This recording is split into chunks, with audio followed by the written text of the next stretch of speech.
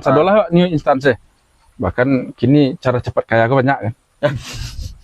Cara cepat pintar banyak. Iya. Di tataran kabupaten, Pak bersyukur agama itu masih dalam tanda petik mungkin orang menganggap masih tradisional. Cuman Pak bersyukur masih terjadi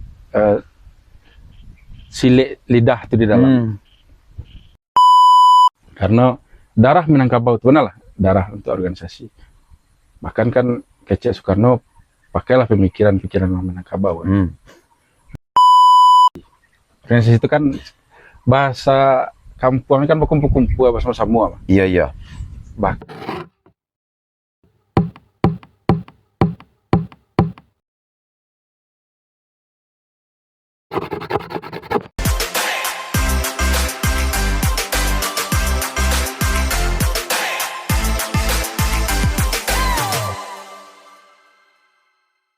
Assalamualaikum warahmatullahi wabarakatuh. Mbak Sobok balik kita di acara tamu tatap muka. Mbak Sobok kita hari ko mengunjungi salah seorang aktivis juga. Beliau beberapa periode sebelumnya menjadi anggota dewan dan kemudian kini beliau aktif di masyarakat. Salah satunya kita syuting kini di tempat beliau di Parak Kopi Lasi. Ya, Kopi Lasi. Beliau adalah Rinal Wahyudi, gala beliau Kari Marajo. Selamat datang. Awak nih, selamat datang. Selamat datang di channel kami. Kalau kami itu selamat datang. Selamat datang di Parak Kopi kan. Jadi Ariko kita akan sedikit bincang di sana. Tentu tak terlepas dari beliau yang sibuk di keorganisasian dan dari dulu sampai kini pun Sawana masih aktif tetap di masyarakat. Terlepas dari wilayah politiknya, kita akan bertanya ke beliau sebagai orang Minang yang berorganisasi. Kalau mau manggil Pak D kok, karena bagi Aboy tetap di titik tuh. Jadi kita Pak D, ada yang ambo pertanyakan. Kalau lihat kondisi kini kan banyak dinamika yang terjadi di masyarakat kita, terutama di kampung atau secara umum di masyarakat Minang. Satu pertanyaan yang mendasar yang kamu tanyakan, Pak D orang organisasi, apa pandangan Pak D terhadap organisasi di Minangkabau atau Minangkabau memandang organisasi? Menurut Pak D, apakah orang Minang harus berorganisasi? Kemudian kalau yo, caranya dan apa keuntungannya? Silakan Pak D. Kalau organisasi di Minang, saya pikir Minangkabau itu kan telah mengajarkan semangat komunal lah. Kalau bahasa kampus dan bahasa sama-sama. Jadi memang tidak ada orang Minang itu yang tidak akan berorganisasi. Organisasi itu kan bahasa kampung kan berkumpul-kumpul apa semua. Iya. Bahkan sebuah cerita-cerita dulu waktu cerita-cerita tentang demokrasi, tentang negara waktu itu kebetulan akan mempelajari negara aku dulu. Iya. Bahwa negara terbaik itu dulunya adalah negara kota. Nah, dalam sistem negara kota itu sistem demokrasi terkecil itu ada di negara kota. Nah, konon katanya itu adalah negara kota versi Yunani, itulah Nagari versi Minangkabau. Jadi memang kalau ada orang ngecean apa sih hubungan organisasi, kemudian bawa orang Minangkabau berorganisasi, maka akan justru jadi pertanyaan ketika ada orang Minangkabau yang tidak berorganisasi, tidak berorganisasi, tidak ikut dengan organisasi, tidak ikut dengan dialektika organisasi. Karena darah Minangkabau itu benar lah, darah untuk organisasi. Bahkan kan Kece Soekarno pakailah pemikiran-pikiran Minangkabau. Nah, dalam organisasi itulah diasah, daya kritis wak diasah di sini. Iya. Kalau pepatah orang awaknya kan kok pahitnya alun nama dilulu aleh. Iya. Kalau pahitnya alun nama dimuntahkan lah. Kalau manisnya alun nama dilulu aleh. Itu kan analisa soalnya. Analisis. Nah, itu yang dipakai orang dalam berdialektika Kalau ndak berorganisasi kan ndak sebut dak dialektika seperti itu. Betul. Bulenya alun tentu itu godok lah. Ya betul. Kalau kini dalam tanda petik kalau orang yang tidak mengalami dinamika dengan organisasi, pokoknya sangko dan bule godok saya. Yang hitam kok kopi saya gitu kan. Bahkan yang hitam kok pun alun tentu kopi lah. Iya iya. Walaupun lah kopi mereknya gitu. Jadi apa namanya kece Pak De tadi bahwa organisasi itu sebenarnya dengan Minang tidak terlepas, Ndak bisa lepeh. Ndak bisa lepeh ya. Karena struktur sosialnya pun sebenarnya mendorong ke sistem organisasi-organisasi. Namun mungkin kok bantuannya jerononya nambah beda gitu timurnya. Selanjutnya kok Pak De. Pak De kan dulu mungkin sampai kini pun sebenarnya aktif di organisasi nasional lah, salah satunya Ambo Sabu Indonesia HMI dulu sampai lahirnya, kemudian kini mungkin di kami. Nah, ada pernah mau dangagi kok. Seharusnya orang Minang masuk ke sebuah organisasi itu bukan label aja seharusnya, tapi hanya masah lebih tajam saja lah, mengilia kalau soawak kayak itu bukan, karena sebenarnya orang Minang lah punya kompetensi dasar dalam berdialektikanya, berkomunikasinya gitu kan. Ya. Jadi pendapat itu tuh membuat kita memahami bahwa Minang dan orang Minang sendiri adalah organisasi itu jo. Di dirinya sendiri organisasi kita. Sehingga masuk ke situ sebenarnya mempertajam selai, memperancak palui selai. Apa daripada pendapat mereka? Kalau versi saya suaknya, Ya, cara orang kampung dari dulu itu wajar saja gitu. Ya. Karena kan memang dibuktikan bahwa Minangkabau itu industri otak. iya. Dan organisasi itu kan kalau mohon maaf kalau tidak bawa kepaluan bisa dalam Betul benar. petiknya seperti itu. Orang Minangkabau dengan organisasi hari itu sama lah istilah dari dulu nagari itu bampe suku gitu orang. Artinya suku A, suku B, suku C, suku D berkumpul dalam sebuah tampe kemudian jadi nagari. Berkumpul itu kalah yang menjadi organisasi. Artinya tidak bisa orang Minangkabau berorganisasi itu satu. Nah dengan posisi seperti itu menjadi budaya di orang Awak, di orang Minang, balapau, basurau, Iya. itu tuh yang menjadi tempaan lah, tempaan untuk jadi bekalnya. Ibaratkan senjata ladiang sabi yang wak japui ke Sungai Pua itu kan barang yang laba tempah. Iya. Dalam artian lah bamato, tapi Iya. alun sempurna tajam melai. Ayo. Dibawa ke ladang, diasah dulu, baru sabuk matonya. Nah menemukan matonya itulah proses di organisasi. Bekalnya lah matonya lah tadi kah? Sabi misalnya sabi memang lah ado, cuma tidak tajam lah do. Alun tajam lah. Sungguh pun diasah diasah dulu, dirambahan nggak sekali dua kali dulang asah lihat. Iya. Sampai basabuk matonya. Proses itu, dinamika seperti itu yang ada di organisasi. Ketika si A orang Minang masuk ke organisasi, modalnya tanda petik itu lah do. Jadi dialektika dalam Minangkabau itu makanya ada katonan nampe. Iya betul. Nah, di mana mempraktekkan katonan nampe itu ya selain di kehidupan terkecil ya di organisasi. Ketika kawan-kawan dalam tanda petik masuk organisasi kemahasiswaan ya pakailah katonan nampe itu. Cuman kan idealnya seperti itu. Kau kan bicara idealnya. Idealnya seperti itu. Kalau kenyataan itu Beda. jadi kebetulan dek lah bicara sampai ke situ. Giko Pak De. Di dalam organisasi negara salah satunya Pak De kan pernah di posisi dewan tadi. Di situ kan kalau bicara kebetulan Kabupaten Agam. Kalau seharusnya kan orang Minang banyak tuh. Ya. Kalaupun ada mah ngecek yang kadang keturunan dari nelayan tapi berada di Minang dan bila di Minang. Apakah dinamika dan dialektika yang terjadi di dewan misalnya dulu apakah sama ndak seperti itu? Maksudnya gitu.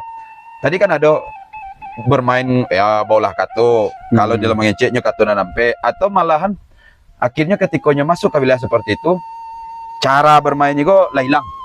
Karena kan di orang Minang itu kan silenya itu pun kan dipakainya dalam berbicara, dalam bernegosiasi gitu. Yang dialami secara nyata selama kalau di tataran kabupaten, Pak bersyukur agama itu masih dalam tanda petik mungkin orang menganggap masih tradisional. Cuman Pak bersyukur masih terjadi silik lidah itu di dalam. Karena kan beda konteks, beda arena, akan beda lo gayanya. Iya. Orang mencari apakah dialektika di DPRD Ya. DPRD agama itu terjadi sebagaimana dialektika yang di dalam adat Minangkabau terjadi. Karena Pak mencari kearifan lokal di agama itu masih terjaga walaupun demokrasi itu terbuka sekali, terbuka one man one vote itu tuh. Iya. Siapapun boleh masuk ke DPRD itu selama masih dipilih kan. Iya betul. Apapun caranya jalannya bisa menang Ini jelek tapi pilih ya. lewat dan inilah pasti jadi anggota Iya. dewan yang menyandang gelar yang terhormat. Betul. Apapun caranya. Cuman Wacalia sejauh yang Wak alami kebetulan Wak kan seperiode lah. Betul. Periode itu tuh lain bersobok dialektika yang seperti itu. Walaupun itu di ranah pemerintahan. Iya. Itu di ranah pemerintahan. Wak ndak baca oleh silsilahnya siapa yang masuk dalam itu yang jalan Betul. dalam ranah itu kita mengelola pemerintahan dan itu di cara Iya. dialektikanya yang dibangun adalah cara dialektika Minang. Mungkin ada 1-2% yang alun mengupgrade dirinya lah. Iya. Nah, sehingga ya mungkin agak kelimpungan yang mengikuti dinamika seperti itu.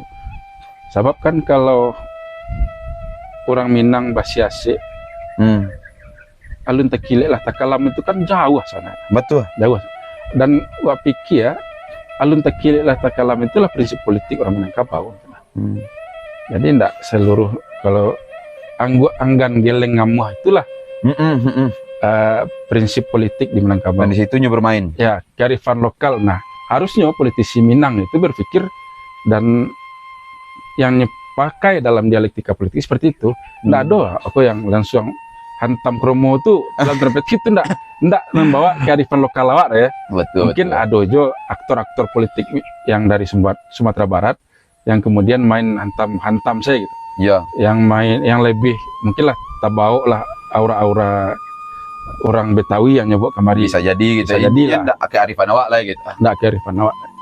Karena gitu Pak De, kalau di politik umum, kamu pernah berbicara dulu dan dengan beberapa orang, kalau di politik umum atau dalam wilayah organisasi kenegaraan yang secara umumnya, selagi saudara bermanfaat, nah kayak itu masalah kok, saudara akan tetap dimanfaatkan. Ketika saudara tidak lagi bermanfaat, maaf, saudara kan dibuang. Itu kan secara umum nggak. Ya. Namun di Minang kan ada kearifan yang sangat dituntut kebijaksanaan. Kalau di awak namanya kan tuah, nama kebijaksanaan tadi gitu kan. Si Buto itu pambela suang dewa. Ya. Si Pakak pelatih badian dan si Lumpuh pengajian jaya atau penjaga rumah. Maksudnya apa? Bahwa di Minang tuh kebijaksanaan tuh memaksa awak untuk tidak menyanyiakan siapapun. Tidak menyanyiakan satu potensi apapun. Walaupun mungkin di awak lebih bagi awak, tapi masih ada potensi. Itu kan kesantunan yang mungkin terlatih secara organisasi dan kemudian diaplikasikan dalam wilayah-wilayah lebih luas. Kan begitu daripada itu. Tapi kalau di luar kan itu masalahnya politik tuh. Selagi saudara manfaat tadi, masih bisa dimanfaatkan. kalau tidak ada online, assalamualaikum sudah tuh gitu. Ya. Apakah memang seperti itu? Masih adakah kearifan-kearifan atau tuah tadi itu dalam berdinamika di dewan dulu atau kini pun di organisasi lain ada enggak Pak De nampak? Soalnya lah dijawab di pepatah orang awak. Keturunan tua-tua sesuai itu ada lurah timbunan saruk, ada bukit timbunan kabut. Iya. Ya, jadi ada yang muda menang rindu, ada yang menang ragam. Iya. Dan seperti itu. Jadi ya wajar lah. Kalau selama bermanfaat dan kemudian dimanfaatkan, ya memang seperti itu hukum alam, alamiahnya seperti Iya, betul. alamiahnya seperti itu. Mungkin yang tidak selaras dengan tradisi awak adalah politik transaksional. Tapi kalau persoalan memanfaatkan ya selama butuhnya akan tetap membela suang. Ketika tidak butuh pasti tidak akan membela suang. Ya, tapi Kalau memahami sapinte iya. patah tadi. Tapi setidaknya kan di awak yang membuang ada dah. Tidak ada Anak ada membuang di awak ada. karena kan tidak anda boleh membuang kawan. Iya kok jadi jangan menjual kawan kok lagapu usah mau lama gitu. Iya. Dalam artian bahwa kearifan dan kesantunan dalam berorganisasi itu diajarkan dek orang Minang. Ya. Secara langsung saya kan kita cari dulu kan Hamka Hatta contohnya ketika berhadapan dengan hal yang tidak berhadap sesuai deh nyo bahkan cenderung untuk memilih mundur dulu, tapi tidak meninggalkan. Mundur tidak meninggalkan. Ya. Hamka juga itu nyo mundur bahkan tidak juga meninggalkan. Di saat Hamka dulu pernah di dalam tanda kutip negara beranggap berpikiran negatif terhadap nyo kan tidak meninggalkan negara, maka lebih memberikan ruangnya untuk negara, tapi dengan cara berbeda gitu. Disitulah kesantunan berorganisasi yang terjadi di Minang, dan itu menurut Ambo. Lanjut dari slide terakhir. Aduh, Ambo berpaham bahwa Minang itu mengajarkan banyak kearifan. Yang tadi Ambo sabui kebijaksanaan yang dalam tuah. Batuahnya seseorang ada kebijaksanaan kalau mau sabuin kita. Sebagai contoh, kebiasaan-kebiasaan tadi, di kampung gitu kan ada namanya kalau kamang ecek berada itu ada sambah menyembah. Itu kenapa Ambo minta nanti pandangan Pak Deh. Dalam sambah menyembah itu kan ada komunikasi yang dilemparkan, dan di situ nampak Ambo ikolah belajar mengeluarkan pendapat tapi tidak harus mematahkan pendapat orang. Maka mau itu di dalam awak menyembah itu kan badanga dulu kecil orang. Ya. Nggak ada orang menyagui sedang menyembah dah. Walaupun biko tiwa sakit karena sana apa, misalnya dek latak suatu nak tampek pada tampeknya di basuhnya Wak. Tapi tunggu dulu seseorang menyampaikan. Sesudahnya menyampaikan, awak ke menanggapi, ulang balik cerita orang tu loh sehingga tahu apa yang disampaikan. Baru kemudian awak sampaikan. Dan biasanya membalik pun itu kan tidak pada satu titik. Dibawa lo bayu balik loh. Walaupun suaranya kok bisik lah kadang-kadang kayak bawa ke lampauan gitu dibawanya. Itu kan sebuah sistem Minangkabau yang mendorong awak dalam berorganisasi untuk lebih menghargai pendapat orang. Bah menurut Pade pendapat kebiasaan yang seperti itu tuh baik tidak atau memang salah pendapat Ambo seperti itu kita? Ya, kalau dalam praktek sambah menyembah seharusnya kan kita beraja lama ketu di payuan. Ya. Kalau kita bawa ke organisasi, itulah seharusnya yang terjadi dalam artian musyawarah mufakat. Mungkin dalam formalnya di organisasi itu rapi. Iya. Dan kalau saya lihat dengan prinsip panitahan atau sambah menyembah, di situ ada etika berdebat. Iya. Etika sanggah menyanggah, etika bayo. Artinya kalau bayo dalam sama nyambah kan kawan sebelah bawa bayo. Iya betul. Dan sia orang yang dibawa bayo, sia orang yang dibawa yang diangguk dalam samban kalah basisian orang ini. Tataran-tataran itu yang mungkin menjadi kearifan lokal kita dalam menjalankan organisasi. Kemudian menarik sebenarnya cerita tadi kalau bercerita tentang tokoh-tokoh Minangkabau dulu, ya, Ba'a Hamka, Ba'a Hatta, bahkan Tan Malaka yang sampai hari ko harusnya seperti A gitu kan. Iya betul. Kalau mencari sepintas lalu dalam pandangan awak ya, terus dalam pandangan awak itu bebas saja. Iya betul. Kawan-kawan yang lain menerjemahkan, orang Minang itu longgar di penerapan, ya, tapi kareh di pemikiran. Kareh di pemikiran, longgar di aplikasi gitu. Di aplikasinya, komunikasinya. Mungkin seketika wak berbeda pendapat. Iya. Tapi wak, dalam seketika itu bisa galak-galak juga. Betul. Kan itu yang terjadi. Hamka masuk penjara, Hatta kemudian mengundurkan diri, tapi tidak melakukan perlawanan yang ekstrim. Betul.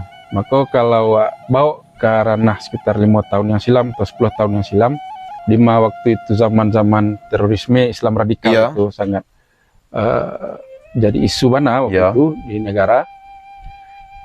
Kalau bercerita di masa cerita bahkan sampai kini orang Minang harusnya tidak ada yang dalam masuk kategori Islam radikal.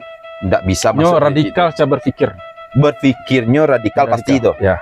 Tapi aplikasinya tidak seperti itu. buahnya buah sentak. Tapi buah kalau tiba di pemikiran kok buah mati dia. ya, karena konan aden. Iya, Dalam iya, pikirannya, Pemikirannya. dalam pikirannya kita. Karena lah sudah dirangwa, sungguh pun harimau yang di dalam, kambingnya keluarnya. Iya. Makanya orang Minang itu lenturnya dalam dialektikanya, ya. Tapi dalam pemikiran tidak bisa ditakia, karehnya tidak bisa ditakia. Tapi dalam negosiasi, ya kan duanya berhenti nanti yang Iya. tagangnya maleo-leo. Ya. Itu yang terjadi di Minangkabau. Seharusnya seperti itu. Kalau itu ideal, pola ideal itu terjadi, maka politisi Minangkabau itu ya pandekanya. Pandeka bukan jago gue ya. Bukan jago. Pandeaka. Nah, pandayaka. Nah, do yang kare-kare itu pun jambo go ndak mangkon. Ndak do yang seperti itu. Cari sejalan nyo ada pokok nanion aku cerang. Iyon deh nyo. Iya. Itu. Laluan Jawa. Orang Minang seperti itu. Caliah, ciluah. Nanion lalu jo itu. Ya. Jadi cik Laiko sebagai memang penutur dia nanti gitu. Ambo ada satu kalimat yang selalu ambo dorong mendalami karena pemikiran disebut pada tadi. Itu bukan meminta pembenaran tak, tapi itu kan pemikiran. Supaya kemudian kita bongkar balik gitu. Boleh ayah kapan boleh kata kamu pakai. Entah kenapa kami pernah berdiskusi juga kan. Rupanya buluh nak peralon dah. Ya. Buluh aku adalah batuang atau talang atau bambu yang di situ ada buku-buku. Karena kita beraja ke alam, ambo calia waktu ketek ketika kini lah jarang cilik buluh ya. Buluh. Kini itu pembuluh tadi itu kalau dulu sabalun dia bawa orang ke sawah untuk melalui naik, biasanya di rumah kok 3 bukunya atau gak 2 diantak loh. Kok tak lebih tak kurang baru dibawanya ke sawah. Kok tak lebihnya dipotongnya. Kok tak kurang nyantak cik lai. Gitu. Dalam artian gitu. Jadi boleh kata itu bukan karena sepakat sementara saja, bukan mufakat, tapi mau cari di situ kan ada buku-buku yang dipecahnya dulu. Ya. Intinya lobby kayak. Ya. Kayak itu Pak. Ya. Ada sesuatu yang diinginkan oleh dalam bermain gitu, dalam organisasi atau dalam kehidupan sehari-hari, dicari buah-buahnya, simpul-simpulnya, baru dikecian. Tak tolong kau itu. Dan bukan konsep orang Minang seperti lapangan kada, maksudnya tanpa kita persiapan, bawa seorang ke lapangan. Ya. Assalamualaikum langsung tengok. Tiba-tiba lah terjadi konsensus tanpa kesepakatan. Dan itu tak mungkin kalau di Minang. Apa sampai pada itu terakhir kali kau? Di Minang itu kan basilang kayu dalam tungku sinan api mangkuk kaidi. Betul. Sinan iya mangkuk tenaga tanpa ada perdebatan, tanpa ada dialektika, mustahil muncul ketemu pekat. Betul. Nah, do kaji batungkui hantu atau pisang laba kubaan tuh. Iya. Ndak bara orang yang menerima di Minangkabau. Itu kalau menarik diri ke posisi Ba Minang berdialektika, Ba Minangkabau berdialektika seidealnya zaman dulu. Beda mungkin akan muncul pertanyaan lain. Kalau pertanyaan seharusnya pertanyaan Dakawa itu adalah Ba menurut Sirinal, kondisi dialektika generasi muda Minang hariko. Itu akan berbeda yang nggak bicarakan. Iya betul. Bolehnya lah ke paralon. Nggak ke buluh. Jadi buku ada oleh dia. Buku ada. Jadinya beranggapan lancar saja semua kok. Ya. Lanjut. Karena yalah instan kok, proses yang instan. Kemudian nggak bisa lo salahkan bahwa disrupsi kebudayaan itu muncul dari kebudayaan yang baru loh. Ya. Tayangan-tayangan video pendek yang muncul di media sosial hariko itu kan kemudian merubah pola pikir dan kebudayaan awak secara tidak langsung. Instan jadinya. Instan, sadolah new instan sih. Bahkan kini cara cepat kaya aku banyak kan. Cara cepat pintar banyak. Iya. Dulu mungkin dah masih mengalami masuk menyelesaikan tugas kuliah kok dengan penuh perjuangan. Ya di AK-AK yo. Bahkan ada yang membawa dalam tanda petik kacang ngabui wah. Hanya untuk pai bimbingan. Ayo. Itu sah dan halal loh Ciliawa. Itu karena dalam tanda petik itu dialektika yang bangun. Iya benar. Bukan suap, tapi itu ada pendekatan. Ada pendekatan. Iya, personalnya itu. Ada baraatul istihlal mah. Iya. Bahasa orang ngajinya. Ada pendekatan personal dan ada yang dituntut di diri wak di situ. Beda dengan Nariko, nak capek ya ada joki kan.